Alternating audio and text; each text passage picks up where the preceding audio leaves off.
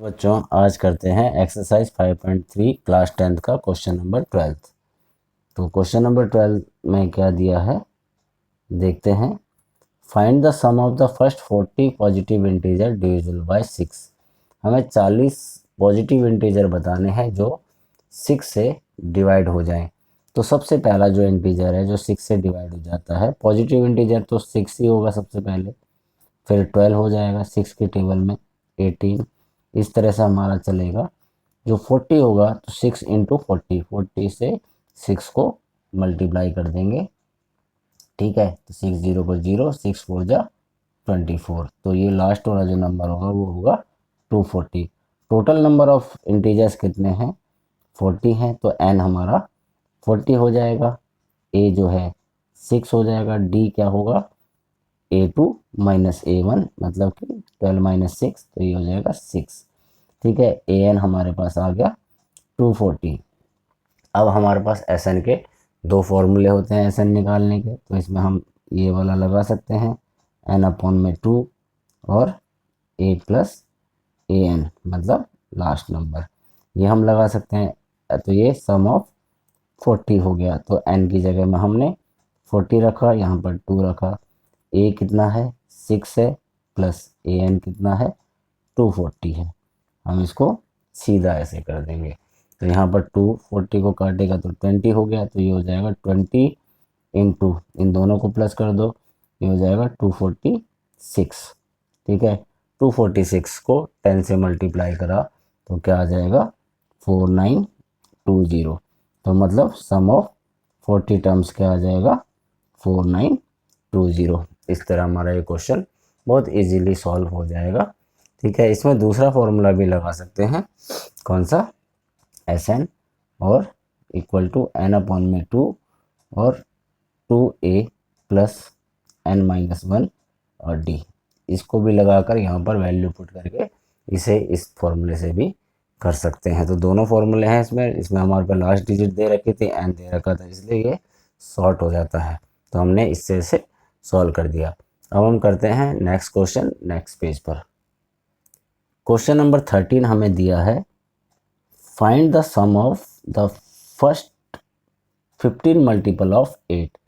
हमें 15 multiple of 8, जो 8 को 8 से डिवाइड हो जाए। ठीक है, मतलब 15 मल्टीपल ऑफ 8, 8 के मल्टीपल, तो 8 का मल्टीपल सबसे पहले 8 होता है, उसके बाद 16, 8 की टेबल देख लो, 24, इस तरह से। तो 15 क्या हो जाएगा? 15 को 8 से मल्टीप्लाई कर दो, तो कितना हो जाएगा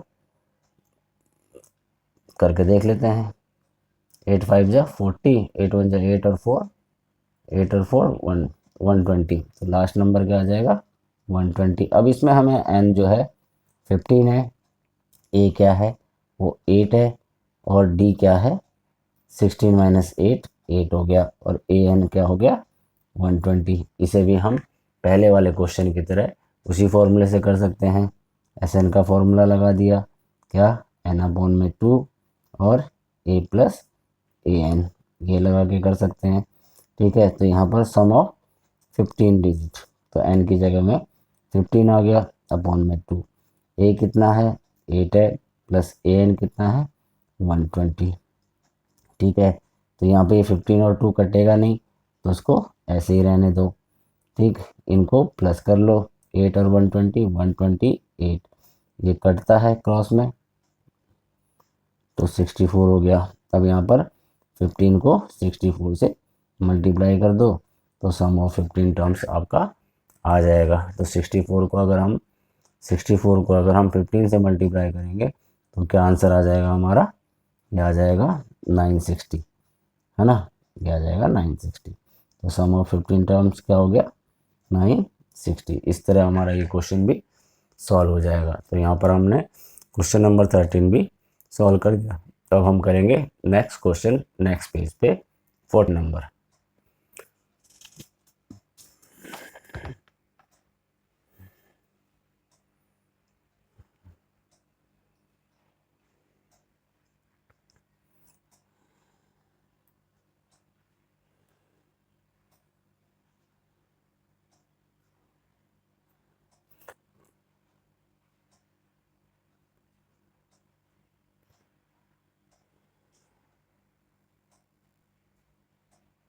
क्वेश्चन नंबर 14 हमें दिया है find the sum of the odd number between 0 and 50।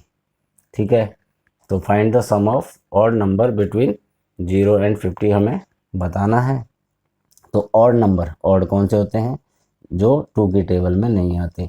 तो सबसे पहले 0 से लेके, तो 0 से 1 हो गया, 3 हो गया, इस तरह से 5, ये हमारा AP बनेगा। ठीक है, ये बनेगा हमारा AP 1 3 5 7 9, इस तरह से हमारे नंबर चलेंगे जो हमें 2 से डिवाइड नहीं होंगे। लास्ट नंबर होगा 49। तो यहाँ पर A तो हमारे पास आ गया 1 और D आ गया हमारे पास 3 - 1 क्या आ गया 2 और AN हमारे पास आ गया 49। अब यहाँ पर नंबर का पता नहीं लग रहा है ये नंबर कितने हैं, N कितने हैं। तो सबसे पहले हम यहाँ पर AN डाल के N निकाल लेंगे। तो A + N - 1 और D, तो AN क्या आ जाए? AN क्या है हमारा 49। ठीक है, A की जगह में 1 रखा प्लस N - 1 और D की जगह में 2 रख दिया। तो ये 1 यहाँ जाके माइनस हो जाएगा, 49 - 1 = N - 1 अप और 2। ठीक है, 49 - 1 क्या हो जाएगा 48। अब 2 जो है इसके नीचे आ जाएगा, मल्टीप्लाई में है ना तो डिवाइड में आ जाता है, ये हो जाएगा N - 1। अब इनको काट देंगे हम, 2 2 जा 4 और 2 4 जा 8, तो ये हो जाएगा 24। ठीक है, = N - 1। ठीक है, -1 इधर जाके प्लस का हो जाएगा, तो 24 + 1 = N और यहाँ पर 25 = N। इस तरह से हमारे पास N आ गया। अब हमारे पास N है, AN है, A है, तो हम यहाँ पर SN का फॉर्मूला लगा देंगे N/2। ठीक है, और A + AN। ठीक, SN निकालेंगे हम यहाँ पे, N कितना था 25, तो सम ऑफ 25 टर्म्स 25/2 और A कितना है 1 है प्लस यहाँ पर 49 है। ठीक है, तो ये हो गया 25 और 2 से डिवाइड तो होगा नहीं, ये दोनों हो गया 50, इनको काट देंगे, तो ये हो जाएगा 25 × 25। तो कितना होता है 25 को 25 से मल्टीप्लाई करने पर 625। इस तरह हमारा क्वेश्चन नंबर 14 भी कंप्लीट हुआ। बहुत आसान है AP, तो बहुत आसानी से इसके क्वेश्चन भी सॉल्व हो जाते हैं।